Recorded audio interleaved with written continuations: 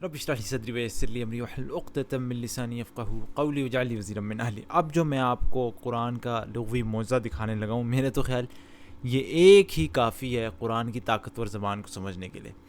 اور یہ کہانی حضرت لوط علیہ السلام کی، جب ان کے پاس فرشتے جو ہیں وہ خوبصورت لڑکوں کی شکل میں آئے، تو جب ظاہری بات ان کی قوم جو ہے وہ ہم جنس پرست تھی، تو وہ دوڑتی ہوئی آئی، اس کو پتہ چلا خوبصورت لڑکے ہیں، تو اس دوڑتے ہوئے قوم جب دوڑتی ہوئی آئی ان کے پاس، اس کو قرآن کس طرح ڈسکرائب کرتا ہے؟ ایک سورہ ہود میں، سورہ نمبر 11 کی آیت نمبر 78 میں کہتا ہے وَجَاءَهُ قَوْمُهُ يُهْرَعُونَ إِلَيْهِ، اور اس کی قوم دوڑتی ہوئی اس کے پاس آ پہنچی۔ یہاں پہ قوم کو کس طرح انہوں نے اس کا وصف بتایا کہ وہ دوڑتی ہوئی آئی، جبکہ سورہ حجر میں سورہ نمبر 15 کی آیت نمبر 67 میں اللہ تعالیٰ سبحانہ وتعالیٰ فرماتے ہیں وَجَاءَ أَهْلُ الْمَدِينَةِ يَسْتَبْشِرُونَ، شہر والے خوشیاں مناتے ہوئے آئے۔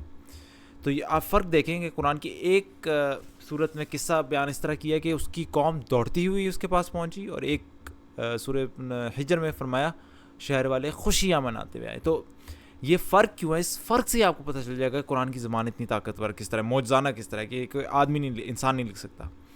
تو سب سے پہلے تو یہ بات آپ کو سمجھنی پڑے گی کہ دوڑنا سب سے پہلی بات ایک عمل ہے، یاد رکھیے گا، دوڑنا ایک عمل ہے، جبکہ خوشیاں منانا ایک اندر کے جذبات ہیں انسان کے، ٹھیک ہے۔ اور دوڑنے میں کیا ہے؟ ایک جلد بازی، ایک ارجنسی ہے، ایک جلدی کا احساس ہے کہ جلد کام ہو جائے، جبکہ خوشیاں منانے میں انسان جو ہے وہ کھویا ہوا ہوتا ہے، خوشی کے اندر وہ حقیقت سے غافل ہوتا ہے، اور وہ ریلیکس ہوتا ہے، وہ سکون میں ہوتا ہے کیونکہ خوشیاں منا رہا ہوتا ہے۔ تو یہ فرق سمجھنے کے بعد اب میں آپ کو دکھاتا ہوں ایک ایک کر کے، یہاں پہ میں نے نوٹس لکھے ہوئے ہیں کہ اس کے اندر جو فرق ہے وہ میں آپ کو دوسرے ٹیب میں دکھاتا ہوں کہ اس فرق کا پیچھے حکمت کیا ہے، اور یہ آپ کے سامنے وہ معجزہ رکھ دے گا۔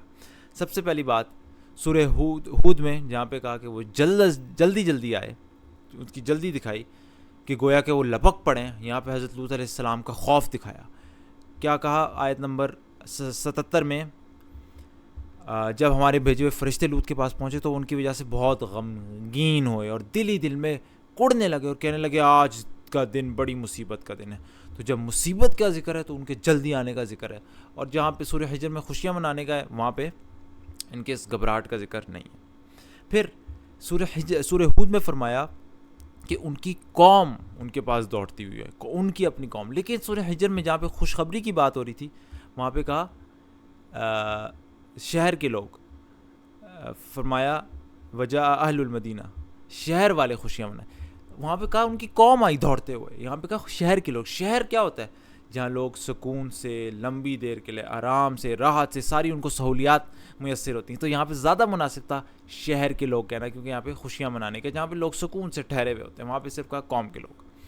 پھر آپ دیکھیں سورہ ہود میں جہاں پہ لوگ، ان کی قوم دوڑتی ہوئی ان کے پاس ہے، یعنی جلد بازی تھی، تو لہٰذا انہوں نے پہلے یہاں پہ قرآن میں ان کا حضرت لوط علیہ السلام کا ان کی قوم کے ساتھ جو ہے وہ بات چیت کا ذکر ہے، اور پھر ان کا فرشتوں کے ساتھ بات چیت کا ذکر ہے۔ آپ دیکھیں لوط علیہ السلام نے کہا ہے میری قوم کے لوگوں، یہ میری بیٹیاں ہیں۔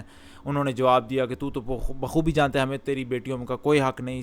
پہلے ان سے بات کی اپنی قوم کے لوگوں سے، اس کا ذکر ہے، پھر ان کے فرشتوں کے ساتھ بات چیت کا ذکر ہے۔ فرشتوں نے کہا ہے لوط علیہ السلام، کیونکہ یہاں پہ قوم جلدی سے ان کے پاس دوڑتی ہوئی آئی، تو ایون زبان میں اللہ تعالیٰ نے پہلے ان کا قوم کے ساتھ مکالمہ کا ذکر کیا کہ گویا کہ وہ زیادہ ارجنٹ معاملہ تھا، تو اللہ تعالیٰ نے ایون ان کے قصے میں ان کی قوم کے ساتھ بات چیت کا ذکر پہلے کیا، کیونکہ گویا وہ جلد بازی میں ایک دم سے آئے، ارجنٹ چیز تھی۔ لیکن سورہ حجر میں جہاں قول کے لوگ خوشخبریاں منا رہے ہیں، وہاں پہ پہلے لوط علیہ السلام کا ذکر ہے ان فرشتوں کے ساتھ بات کرنے، کیونکہ یہاں پہ قوم کے لوگ جلدی میں نہیں ہیں، لہٰذا یہاں پہ قوم پہلے لوط علیہ السلام نے کس کے ساتھ بات کی؟ جب بھیجے ہوئے فرشتے لوط علیہ السلام کے پاس آئے تو انہوں نے لوط علیہ السلام سے کہا، ان کی ساری بات کا ذکر ہوتا ہے، پھر اس کے بعد قوم کے ساتھ انہوں نے اپنا لوط علیہ السلام کا اور ان کی قوم کے درمیان جو بات چیت ہوئی اس کا ذکر ہوتا ہے۔ لوط علیہ السلام نے کہا یہ لوگ میرے مہمان ہیں، تم مجھے رسوا نہ کرو، اللہ سے ڈرو۔ اب قوم کے ساتھ بات ہو رہی، تو سبحان اللہ جہاں پہ جلد بازی تھی وہاں پہ سبحان اللہ پہلے قوم کے ساتھ بات چیت کا ذکر ہے، گویا کہ ایون زبان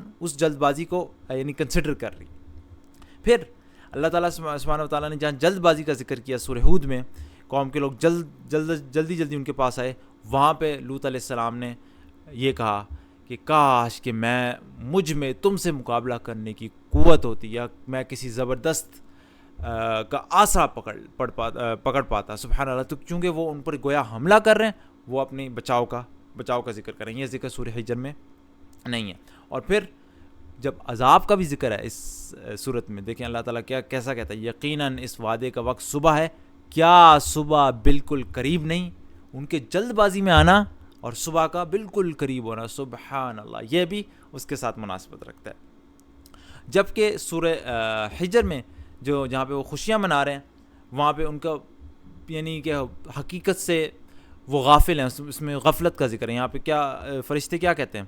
فرشتے کہتے ہیں اس صورت میں, انہوں نے کہا نہیں بلکہ ہم تیرے پاس وہ چیز لائیں جس میں یہ لوگ شک و شبہ کر رہے ہیں.